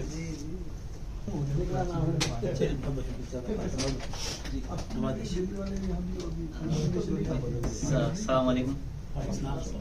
मैं माजरत खा हूँ, काफ़ी हफ्तों से नहीं आ सक रहा था यहाँ पर। तो एक छोटी सी नज़्म है, तरन्नुम से पढ़ने की इजाज़त हो? किसकी है? नुज़हत अंजुम, एक अच्छी शायरा है। शेख साहब थोड़ा सा सुनना जी। रस्मे वफा निभाना तो गैरत की बात है, रस्मे वफा निभाना तो गैरत की बात है, गैरत की बात है। वो मुझको भूल जाए ये हैरत की बात है, ये हैरत की बात है। सब मुझको चाहते हैं ये शोहरत की बात है, शोहरत की बात है, शोहरत की बात है। मैं उसको चाहती हूँ ये किस्मत की बात है, ये किस्मत की बात है। एक सच्चा शेर, रखता है यूं ही याद किसी को कोई कहाँ, रखता है यूं ही याद किसी को कोई कहाँ, किसी को कोई कहाँ, रखता है यूं ही याद किसी को कोई कहाँ, किसी को कोई कहाँ। ये तो बस अपनी अपनी जरूरत की बात है, ये तो बस अपनी अपनी जरूरत की बात है। वो जिसको चाहे उसको अपने करम से नवाज दे, वो जिसको चाहे उसको अपने करम से नवाज दे, करम से नवाज दे, करम से नवाज दे। ये तो खुदा की बंदे से निस्बत की बात है, ये तो खुदा की बंदे से निस्बत की बात है। आखिरी शेर। सौदा किसी से मैंने अना का नहीं किया, सौदा किसी से मैंने अना का नहीं किया, अना का नहीं किया। सौदा किसी से मैंने अना का नहीं किया। नुसहत ये मेरे वास्ते इज्जत की बात है, नुसहत ये मेरे वास्ते इज्जत की बात है। बहुत अच्छे, बहुत अच्छी शाबाश। हमें कुछ कोई और रह गया? कोई और?